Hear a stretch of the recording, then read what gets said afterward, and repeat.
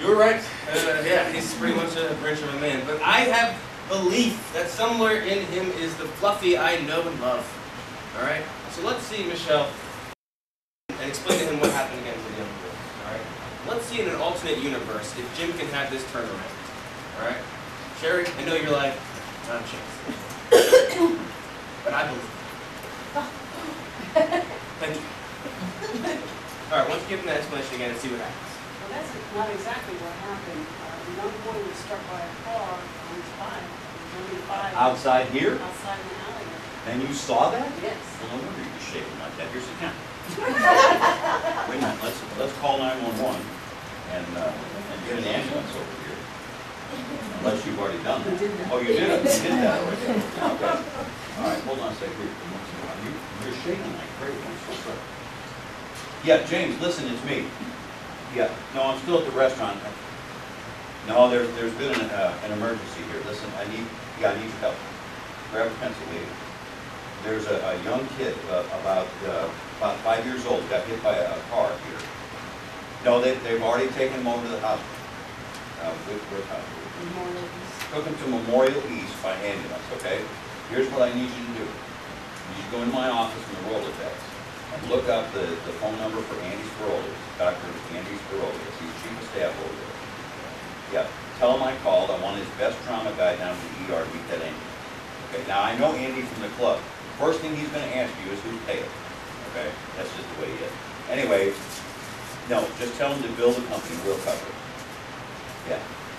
Okay. Well, it's part of the community outreach. Right. We'll take care of it. Now, here's another thing. I need you to send my car over to the hospital. No, the chef from here went in the ambulance with the young. Yeah, she's going to need a ride home. Okay. No, tell the driver I'll meet him over there. I'm on my way now to make sure they get it taken care of. Yeah, and I'm going to ask the lady who owns this place to go with me because she saw the accident. She's pretty shook up. I think it probably would hurt to have her checked or shot. Yeah, no, I'll call you from over there, James. Yeah, thanks for your help, man. Make it happen. All right, thanks. Bye now. All right, freeze. So now when Jim shows a little care for Michelle, offers to send a car for Corinne, and is willing to pay to make sure the child is treated properly, and he raises all of their status. In your eyes, is Jim's status going up a little bit, or is it continuing to go down? I'm hearing mixed things here. What is it? It's starting to go up a little bit. Okay? A little. Okay? Absolutely. I understand. Yeah, there's a piece that's hanging in the same. What's it for me? Yeah. Okay, yeah, and that makes complete sense because a lot of trust has been lost, right? He's been continuing to go down one road, and all of a sudden it's a 180-degree turn, and it's a little shocking. Absolutely, that makes sense. I understand where you're coming from. So let's see if he can continue down this road. He started down to make the change. Let's see if he can continue to solidify things and raise Michelle's status so they're operating on the same status level. All right? Continue. Okay, I just called my admin, James, back to the office to make sure we get that youngster taken care of and get your shot to ride home. He's top. We'll make sure it happens. Now, I'm going to go over there right now to make sure everything is taken care of. I really think you should ride along. Seeing something like this can have a delayed physical reaction. It's hard to learn that yourself. Besides, you can't really do much to stay with your chef uniform. So if it's all right with you, we'll ride over there, get you checked out, get you and the chef home, get the youngster taken care of. But you know, you probably save this kid's life. And I think that's a role. And it bugs me that you're going to wind up losing your whole lunch business over there. Well, I'm not bragging, I'm just telling you, I'm a very successful businessman. I have a very successful company. You did something heroic, I'd like to do my part, okay? I would like to cover what you typically do in your lunch break for today so that you don't wind up losing because you saved somebody's life. So I'm going to give you my company card. I'll get the car. You run this for what you typically do in lunch break, and then we'll ride over there and make sure it's okay. Is that all right with you? Okay, I'll get the car. I'll be right back. Freeze. Is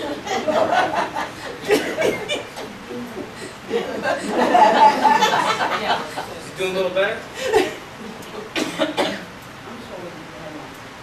Okay, but all right, and that's fine, and that can happen. But what what you want to look for is if he's attempting to raise her status, attempting to work with her on the same status level.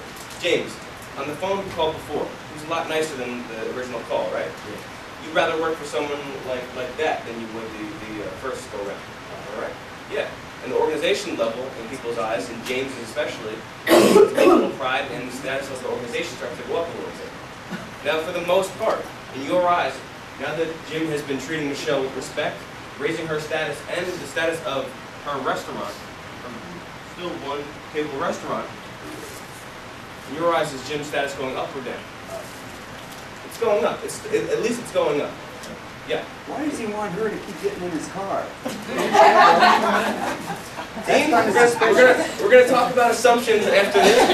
Let's assume. Let's assume. Well, we gotta assume with him. Well, let's make positive assumptions Okay. that he's doing it because he wants to take care of her. Yeah, that's what.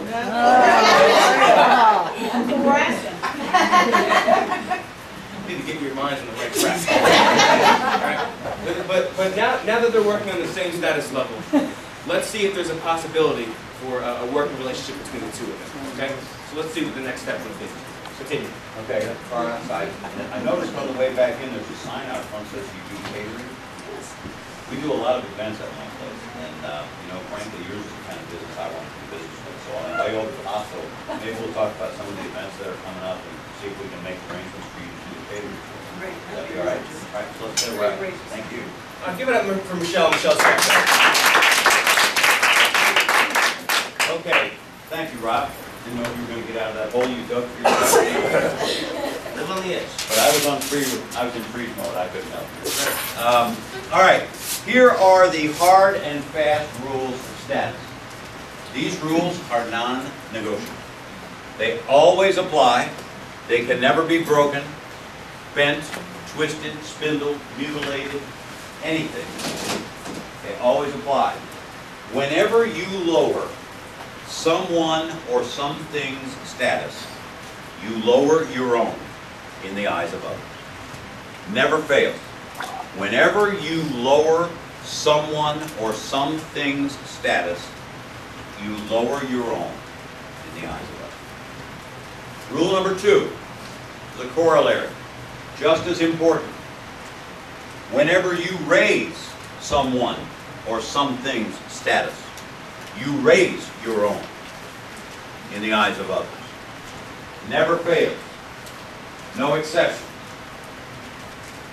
Now, number 3, when you raise the status of a colleague or of a veteran, you not only raise your own status in the eyes of others, you raise the status of the entire organization.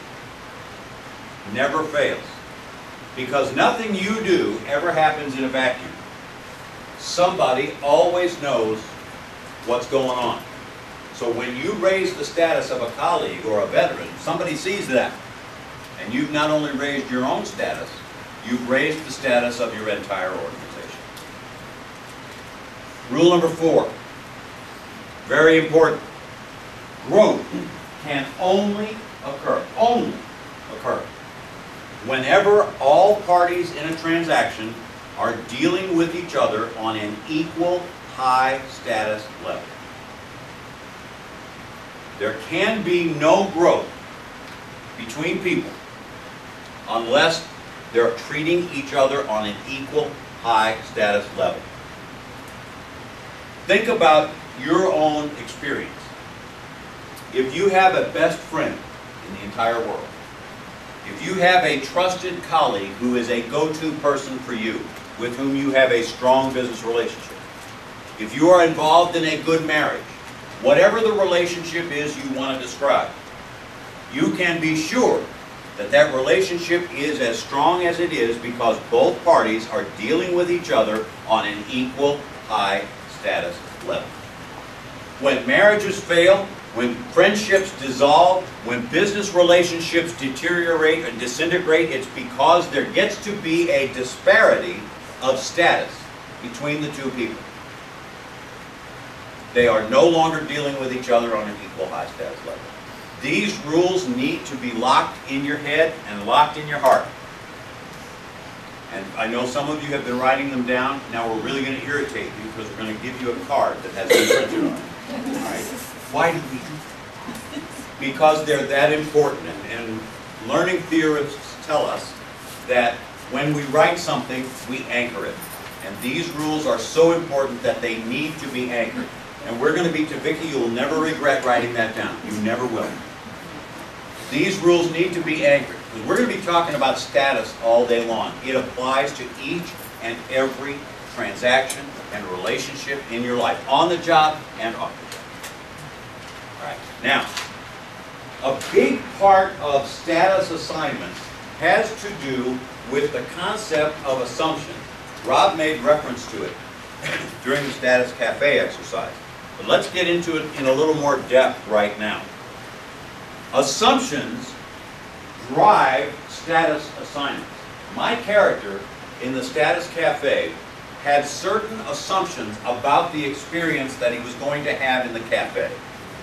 It had to be generally a positive framework of assumptions, else I never would have gone in, right? But there were also some negative assumptions at work. And that's the reality of our lives. Anytime we're getting ready to have a conversation or an interaction or a transaction, whatever word you want to use, if we're going to talk to somebody else, it's important to understand that there are assumptions in both people's minds already that can have a decided influence on how that conversation goes. All right? So my assumptions in the cafe might have been that it was going to be clean, service would be good, food would be tasty, but I also had negative assumptions that this individual probably hasn't been in business very long, the place is kind of small, that I can't get good service here, whatever. Now, let's take it out of the realm of the cafe. None of us is in the cafe business. Michelle, you're no longer in the cafe. We're in the healthcare business. We're in the VA medical center business. So let's talk about an interaction that's real in your world. An interaction that happens daily, hundreds of times a day, in your facility, in every facility in the country. Here it is. A veteran with a family member is coming through the door of our medical center this morning to receive care and is about to have a conversation with a frontline staff employee. All right? We all understand that. We know that transaction. We've seen it happen a bazillion times, right?